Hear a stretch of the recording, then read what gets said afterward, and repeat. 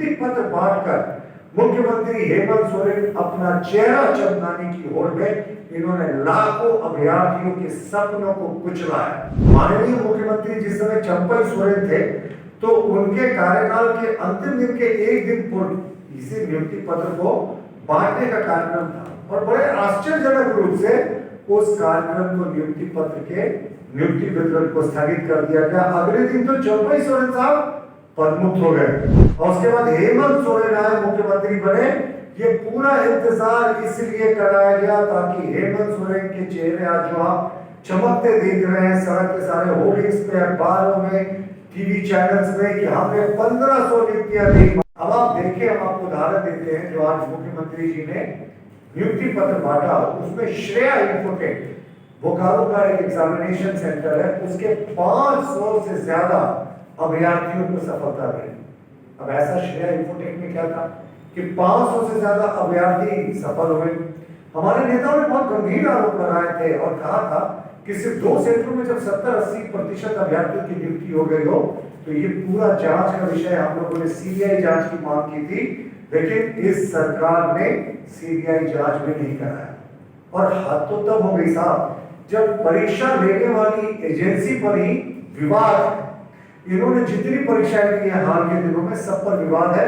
कौन भूल सकता है स्नातक स्तरीय परीक्षा जिसमें 25-25 लाख में प्रश्न पत्र बिके थे और सरकार जांच कराने की जगह नियुक्ति कराने की हड़बड़ी में। हमारा मानना है कि सरकार का नियत साफ रहता साहब तो पहले जांच के आदेश देते, जिस एजेंसी से सरकार को कराना था वो कराती। हालांकि हमने सीबीआई इंक्वायरी की मांग की थी और उसके बाद सब कुछ अगर साफ होता तो उसके बाद सरकार नियुक्ति देती तो ये एक सुचिता का प्रमाण होता। पर ये सरकार इतनी हड़बड़ी में है, उसको परवाह ही नहीं है जो लोग हैं यहाँ परीक्षा दे रहे हैं उनके साथ न्याय हो रहा अन्याय हो रहा। सिर्फ नियुक्ति पत्र बांटकर मुख्यमंत्री हेमंत सोरेन अपना चेहरा चमकाने की होड़ में इन्होंने लाखों अभ्यर्थियों के सपनों को कुचला है।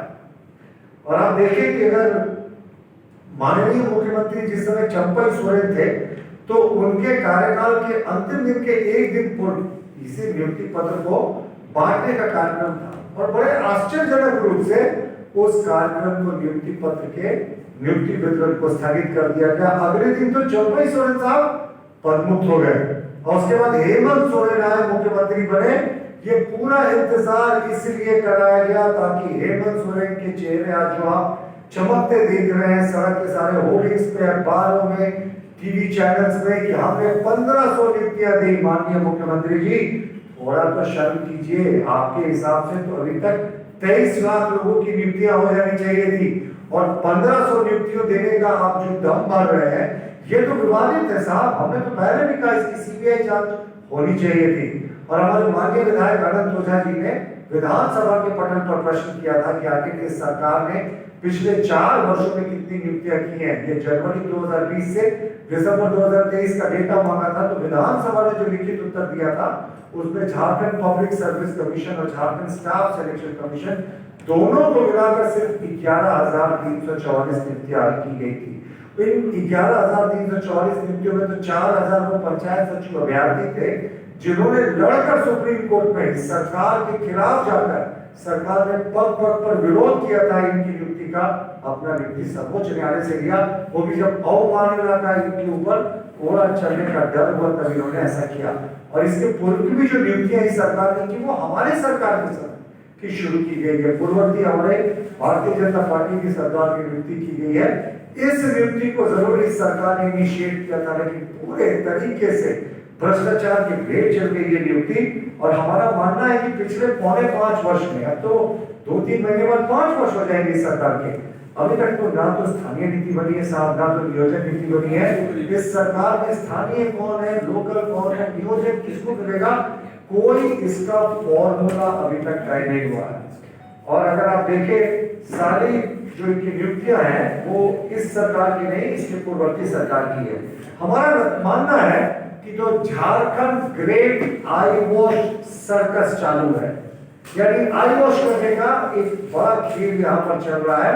नियुक्ति पत्र देने के नाम पर धोखेबाजी हो रही है, विवादित नियुक्तियों को ये नियुक्ति पत्र दे रहे हैं। अभी मुख्यमंत्री जब चंपई सो रहे थे तो उन्होंने कहा था कि मैं 40,000 से 45,000 नियुक्तियां दूंगा।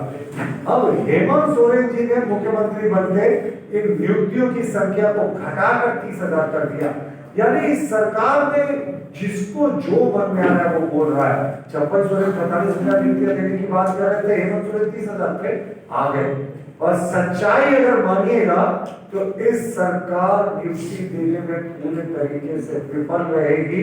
ये सरकार का ट्रैक रिकॉर्ड भी कुछ इसी प्रकार का है कि नियुक्ति से इतना लेना देना नहीं साहब। ये तो लूट और खसोट का खेल आज तक हुआ। खनन घोटाले की बात करें, जमीन घोटाले की बात करें, कोई ऐसा सेक्टर नहीं है जहां ट्रांसफर पोस्टिंग में बड़ा घोटाला हुआ। तो ये सरकार घोटालों की सरकार है। जनता पे और इनका जो युवा है उन पर कोई फोकस ही नहीं रहा। देखिए, हमारा मानना है कि ये जो नियुक्ति पत्र बांटने की सरकार ने आज कोशिश की वो सिर्फ और सिर्फ लॉलीपॉप जो है वो युवाओं को थमाने की कोशिश थी। अब वो युवाओं को लॉलीपॉप थमाने की कोशिश इसलिए थी क्योंकि साहब इनको लगा कि युवाओं के मन में एक मैसेज जाएगा कि हमारी जो नियुक्ति है वो नियुक्ति प्रक्रिया शुरू हो गई साहब। लेकिन युवा अब ठगे नहीं जाएंगे। युवा बहुत बार ठगे गए इस सरकार के कार्यकाल में। 23 लाख नौकरियां होनी चाहिए थी साहब, कहाँ है 5,000 रुपए का बेरोजगारी भत्ता, 7,000 रुपए का बेरोजगारी भत्ता ग्रेजुएट और पोस्ट ग्रेजुएट को, उसमें तो इन्होंने टेक्निकल शब्द जोड़कर इसकी जो संख्या है बहुत कम कर दी। लेकिन इस सरकार ने आज तक कुछ भी नहीं किया।